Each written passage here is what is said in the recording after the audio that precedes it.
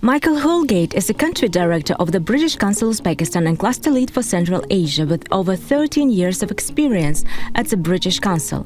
He assumed his current role in September 2025. In this podcast, Houlgate discusses the future of education in Uzbekistan, highlighting the shift from access to quality in higher education and English as a global tool.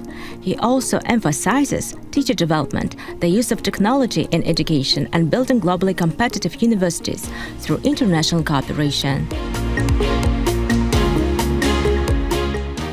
Today I'm very pleased to welcome Mr. Michael Houlgate, the Country Director of the British Council in Uzbekistan and Cluster Lead for Central Asia. With his extensive experience in international education and cultural relations, he brings a valuable insights into how education system can evolve to meet the demands of the future. So it's a very honor for us to welcome you here, Mr. Houlgate, and thank you for joining us today. Well, thank you for having me. I'm delighted to be here. Good. So let's start the first question. How do you see the future of Uzbekistan in terms of the next 10 or 15 years? Mm-hmm. Maybe before we get into talking about the future, it's worth just pausing to reflect a little bit on where we've come so far over the past, several years. Because we have seen incredible growth and incredible improvements and reforms in Uzbekistan's education system over the past several years. And I think it's worth pausing to, congratulate the people in the government of Uzbekistan on everything they've achieved over the past several years in their education reforms. Before we start to think about the future, we've seen over the past several years, great improvements in the way teachers are trained, in the way languages are taught, and great expansions in the numbers of students accessing education, great expansion in the numbers of universities and the number of students being able to go to university. So there are some real achievements that should be celebrated over the past few years. In terms of looking to the future, I think the key thing now is to be moving from access to quality. Right. We've seen, as I say, huge increases in access to education, especially higher education, in terms of the numbers of students accessing universities over the past several years. And that's a great achievement, but whenever you have very fast growth very quickly, there can always be challenges around how do you maintain a consistent quality. Right. So I think the challenge to focus on now is ensuring that quality. And that's actually one of the main things that the British Council is focusing on in Uzbekistan. We're working very closely with the government of Uzbekistan, the Ministry of Higher Education, Science and Innovation, working very closely with the National Quality Assurance Agency for Education. I know you've also recently interviewed their director on how do we build systems for quality assurance that ensure that in the context of all of this growth, we're able to maintain a really good quality standard as well. So I think that's one thing. I think the other thing that will be great to see over the coming years is Uzbekistan achieving its ambition to become an international education hub. It's already a very internationalized education system, but we would like to see even more international universities operating here, even more UK universities operating here. Right. And see Uzbekistan as a country where not just Uzbek students study, but where people come from all over the region and all over the world. For international world. To come and study. So I think that's a really important area we'd like to see over the coming years. And I guess the third area is a tricky one, coming up with a good answer to how do we integrate technology and especially artificial intelligence into our education systems. I think this is a key challenge for educators all over the world in a situation where the traditional ways in which we taught students are rapidly being undermined by this new technology. So what's the approach? Do we banish technology from the classrooms, or do we find new ways of teaching students that integrates the technology? So I think that's a challenge to be addressed over the coming years, not just in Uzbekistan, but in every country. But I think Uzbekistan's doing some really great work in this area in terms of building infrastructure and really thinking seriously about how AI can be integrated into education. Right. And based on your experience, sorry, Mr. Houlgate, what do you think, what are the major changes needed for the young generation, for the young students, to prepare themselves for the global economy to be very competitive in the market? I mean, I think the central challenge that educators face is we simply don't know what skills are going to be needed in the future. The economy is developing so quickly and the technology is developing so quickly, we don't know what the world of work is going to look like in 5 years, in 10 years, let alone 20 years. So how do we build education systems that prepare students for a world that we don't know what it looks like? I think that's a real challenge for educators in Uzbekistan and around the world. And I think the answer is we need to focus perhaps not only on specific skills for specific industries, but also on transferable skills that will equip students to face whatever future they encounter down the line. So that means building curriculum that have a strong focus on critical thinking, on problem solving, on adaptability, on flexibility, on learning how to learn. I think that's the crucial thing. If students can be taught how to learn, then no matter what skill set they need 10, 20 years down the line, and we don't know what skill set that will be, they'll be able to adapt to that future. So I think that's the key thing. There are other areas as well. I think more engagement between employers and universities is going to be really important. And I also think, although we don't know exactly what the future holds in terms of what the future of work looks like, we do know that the future economy will be global economy, and we do know that the human touch will still be important. And I think both of those things mean language skills are going to continue to be really important, and soft skills as well. So the continued importance of being able to speak English in a multilingual context is going to continue to be really important down the line as well. Good. And this year you are celebrating 30th anniversary of British Council established in Uzbekistan, so congratulations with that. And I would believe that British Council doing all its best to enhance international partnership and developing capacity building in Uzbekistan.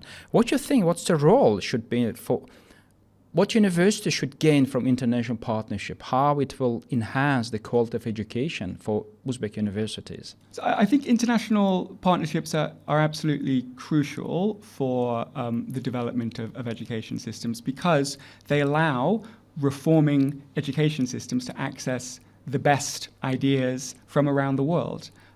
So international partnerships have a really important role to play.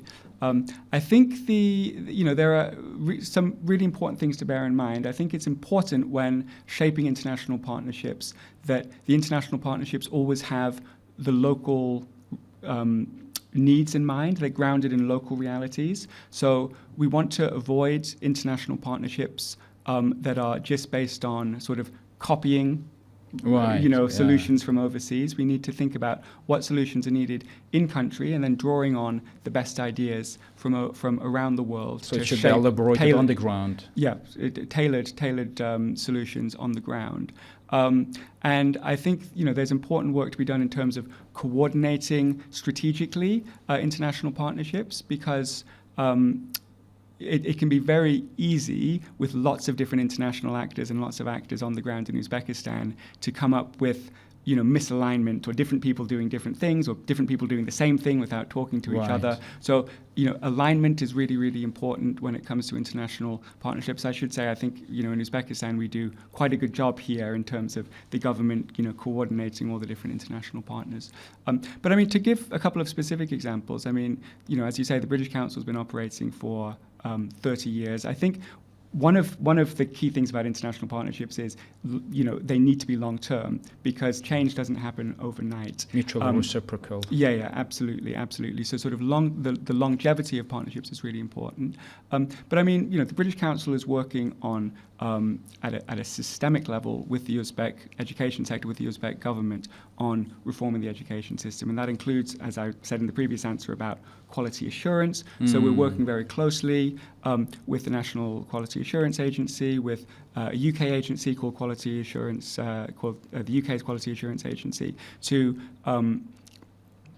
build a new quality code to guide how quality assurance is done in Uzbekistan, as well as to build capacity of quality assurers at Uzbek universities and in the Uzbek higher education system to ensure that this quality is met. So that's one example of the kinds of partnerships that we're running to support education reform in Uzbekistan. We're also working on governance, so we're working very closely with the Ministry of Higher Education, Science and Innovation, a UK organisation called Advance HE, on redesigning how universities are governed so that decisions are made effectively, so that decisions around courses and curriculums and how universities are managed are all governed in an effective way. So those are a couple of examples of international partnerships that are supporting education reform. Very good. In Uzbekistan. When we speak about internationalization, mostly we think about English language, and we know that English is a lingua franca for most part of the world.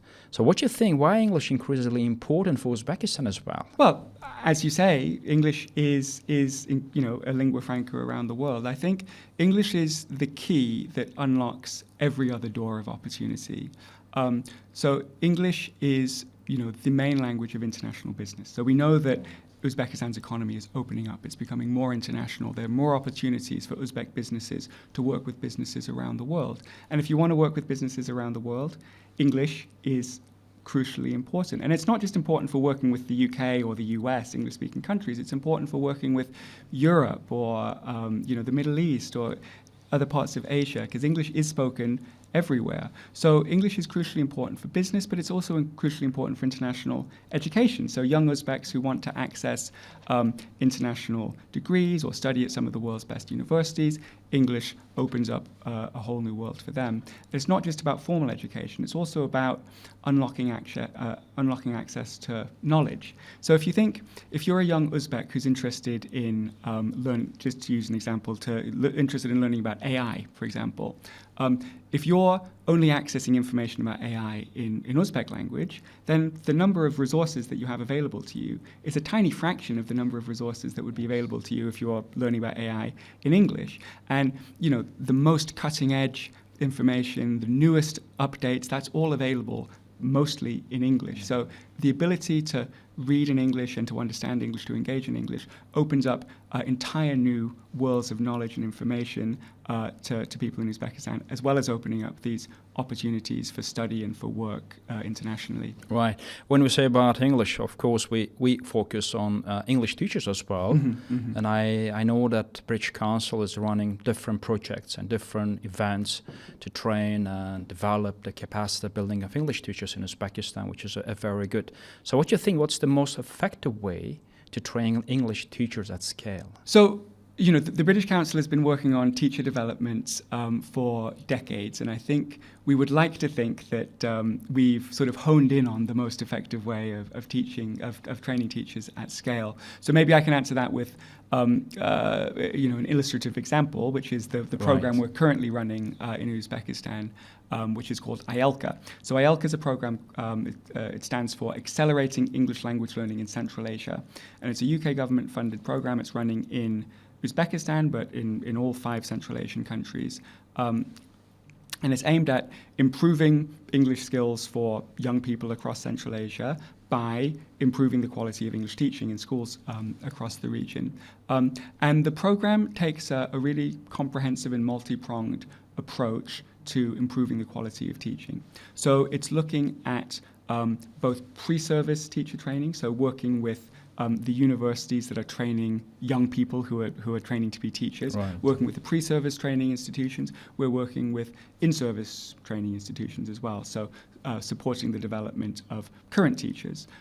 We're working at a systemic level, so at both pre-service level and in-service level, we're looking not just at training teachers, but at revitalizing and modernizing the curriculum that the teachers are studying. So to make sure that if you're a young person in Uzbekistan studying to be a teacher, you are accessing the most modern pedagogies and up-to-date thinking in how to teach effectively. So there's that sort of systemic aspect, but we're also providing support in the here and now for current teachers by developing training modules that English teachers in Uzbekistan can access online to support their development. But crucially, the key part of the IELCA program is we are building systems and we're building a culture of continuous professional development, CPD. And to your question of how do you effectively train teachers at scale, I think our answer is to focus on CPD. Traditional training models would have relied on external organizations coming to train teachers. Teachers attend the training and then they go back to their classrooms. And those can be effective. The specific trainings can be effective, but the challenge is teachers rely on that external input. And if the external input goes away, then the teachers are left hanging. And if the teachers aren't in the training, then they're not necessarily thinking about their development when they're back in their classrooms. The idea about CPD is, first of all, development should be something that teachers think about all the time. It's not something that you think about only when you attend a training once or twice a year, but it's something that you should be doing every week, every day, thinking about your development.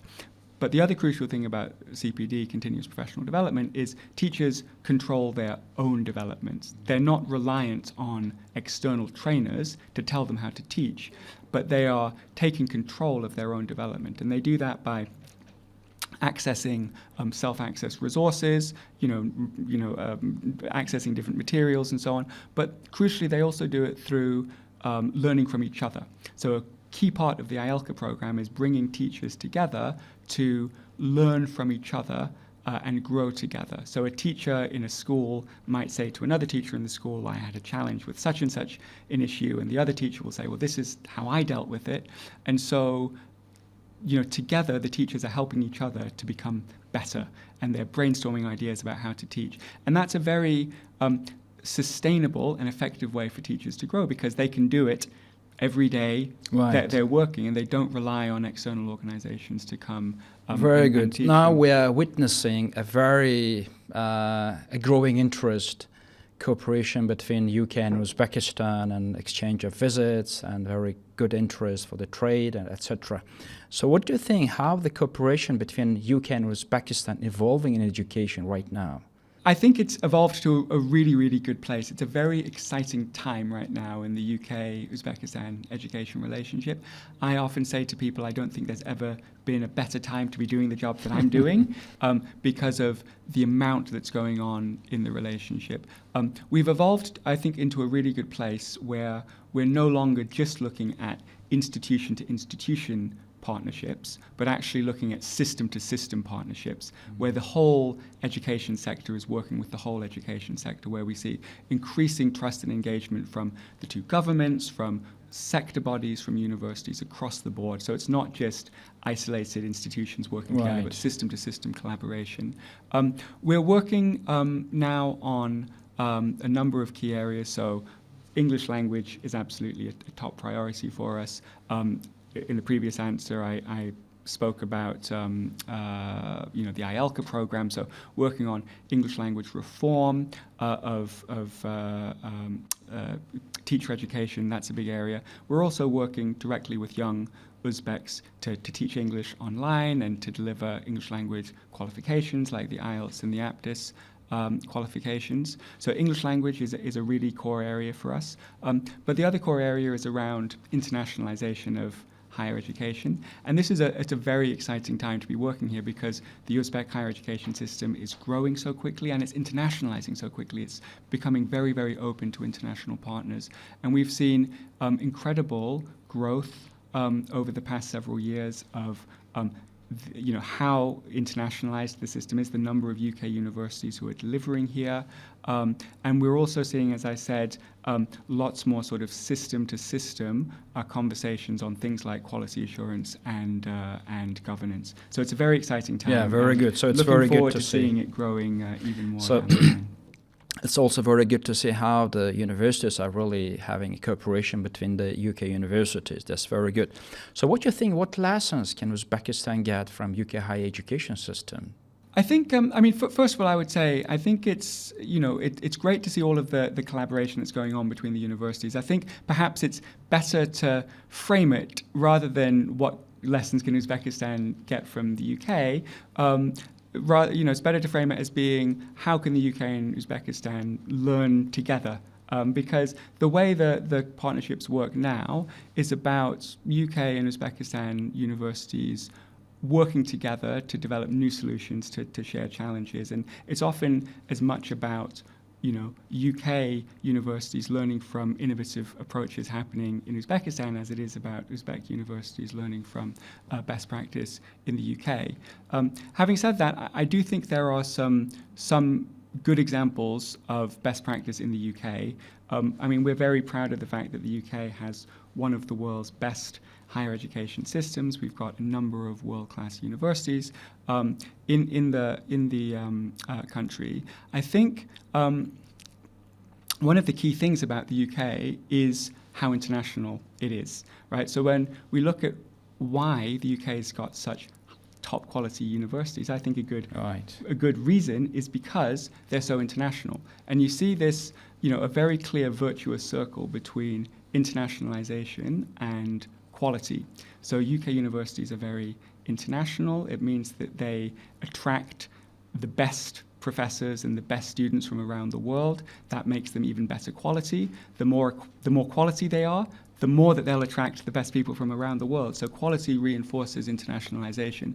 And UK universities have, they're very explicitly trying to internationalize all the time. They've got international strategies, they've got international offices. So growing their internationalization is a core part of a UK university's business. And I think at a time when Uzbek universities are also trying to internationalize, seeing that sort of explicit focus on internationalization could be something to learn from. As we've already said, I think the focus on quality assurance is a big area where we're working. The focus on governance is a big area where we're working. I think generally as well, just the focus that UK universities have on making sure that all of this is focused on the students. So this isn't students-oriented. Yeah, it's student-oriented. It's student-centered. It's all of So whether it's the internationalization, whether it's the quality assurance, the reason we're doing this is so that students are emerging from the universities with the skills that they need to thrive. So making sure that everything is student-centered is again something that UK universities are very good at. Right. Since you are living in Uzbekistan and plus you have experience having a cooperation with Central Asian countries as well. So what do you think, how can Central Asian universities become globally competitive? Well, as building on the previous response, I think one of the best things they can do is internationalize, right? And it's great to see that Uzbek accelerate universities, internationalization. Are already internationalizing. The more international they become, the more the more competitive they'll be. So I think that's a key area. In addition to internationalization, I think a focus on a sort of a laser sharp focus on partnership strategies is really, really important. Not just sort of chasing partnerships here and there, but actually being really strategic about what kind of partnerships we want with what kind of institutions, and then taking time to grow maybe a smaller number of really strong, deep partnerships rather than a larger number of sort of slightly more superficial partnerships. I think that's a really important thing to do. I think being really clear about what the university's mission is, and then focusing on that is a really important thing. A university can't be all things. Different universities will have different strengths. And actually, one of the strengths of the UK higher education sector generally is that it's a very diverse sector in terms of the types of universities that you have. You've got some universities that are very focused on world-class research. You've got other universities that are less focused on research, but are more focused on providing the students with the practical skills they need to be successful in the workforce today. So you've got different sort of focuses from the universities, and I think it's important for any university to be clear about what its focus is, because if it can focus on that, that will help it to be competitive. And I think generally just investment in leadership, investment in systems that will help professionalize the universities is always really important as well. Very good.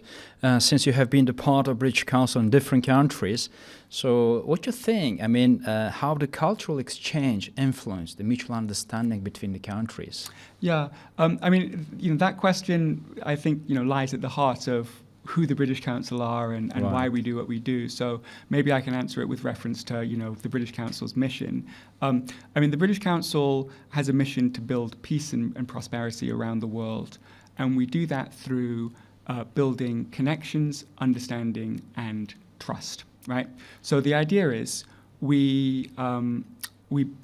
our fundamental job is building connections. We build connections between people in Uzbekistan, people in Central Asia, and people in the UK. We do that across English language, we do that across education, across culture. So, for example, we might be helping a young person in Uzbekistan connect with the UK through learning the English language, or helping a young person in Uzbekistan connect with the UK through studying a UK degree, or traveling to UK for study. So we build those connections, and the idea is the connections lead to understanding. The more you connect with another country, the more you engage with people from that country or ideas from that country, the more you come to understand the country. Knowledgeable, competent in different cultures. Yeah, exactly. You build your knowledge of the culture. You build knowledge of the people. You build understanding of why people from a different background might Becoming think more the things. tolerant to other cultures as well. Exactly, and that understanding leads to trust. Right. So the more understanding is built between people in Uzbekistan and people in the UK, the better they understand each other, the more that they'll trust each other.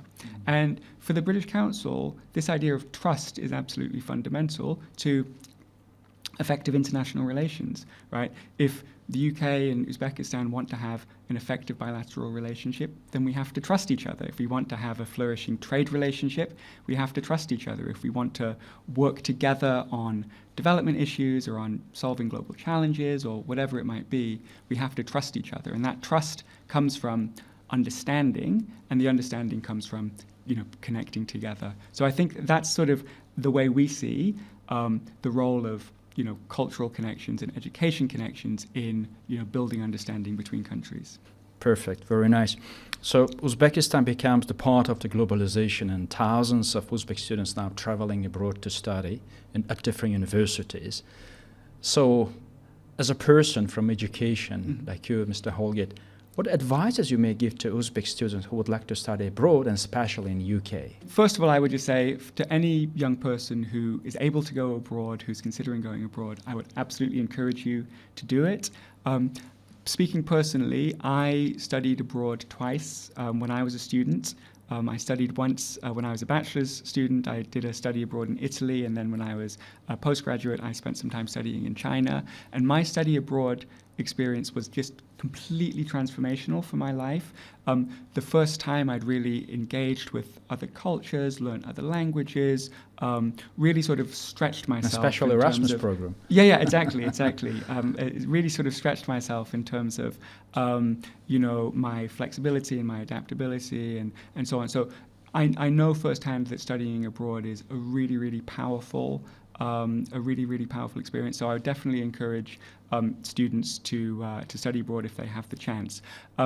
I would also say, though, it's important to be intentional about what you want to get out of studying abroad. You shouldn't just think that going abroad to study is going to be the one-size-fits-all solution to whatever you want to go on to do in life. So you really need to think about, why are you going abroad to study? What's the purpose? What are you trying to get out of it? Because that will help you decide, which country do you want to go to? Right. Which course do you want to study? Do you want to do undergraduate? Do you want to do postgraduate? And so on. So be really intentional about why you're doing it.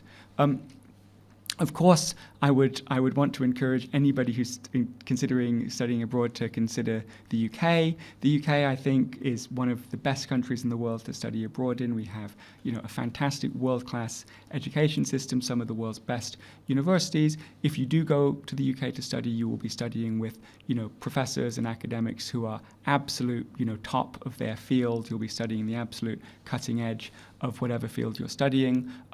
So it'll be very rich academically, but you'll also be studying in very internationalized campuses. It'll be very rich socially. There's great culture, there's great sports, there's great, nature. So the UK is just a great place to study, and would really encourage anybody to go there.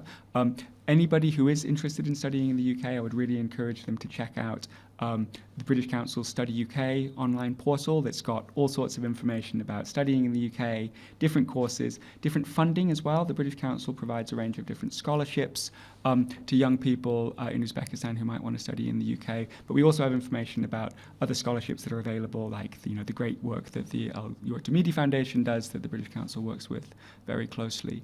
The one final thing I'll say is, studying abroad is great for those who would like to go abroad and for those who are able to do so. But we also know that actually in international higher education, the trend is starting to change a little bit now. It used to be that students would go to the universities. Now increasingly we see universities coming to the students. Right. And of course in Uzbekistan, we've seen incredible growth in transnational education. So UK universities delivering their degrees right here in Uzbekistan.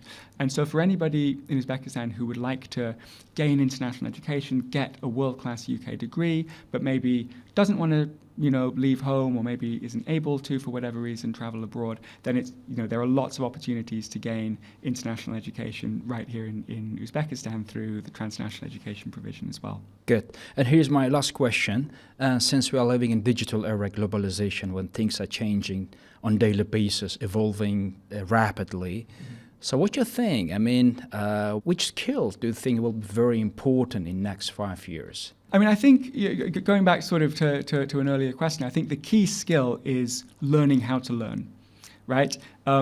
We don't really know, what sort of specific technical skills are going to be needed. We could say, you need to, AI is the big thing now, so right. You need to learn how to program AI models or something. But who knows? That skill could be made completely redundant by some, advance in technology a few years down the line. We simply don't know what skills are going to be needed. So the key thing is learning how to learn and learning how to adapt to whatever the future brings. And I think, I would say, if you want to develop that skill, one of the key things you can do is pursue international education. Because as I said, if you are studying internationally, whether that's traveling abroad or studying right here in Uzbekistan, an international degree, the way in which these degrees are taught really encourages sort of self-study, critical thinking, not being told the answer, but trying to go out and find the answer yourself.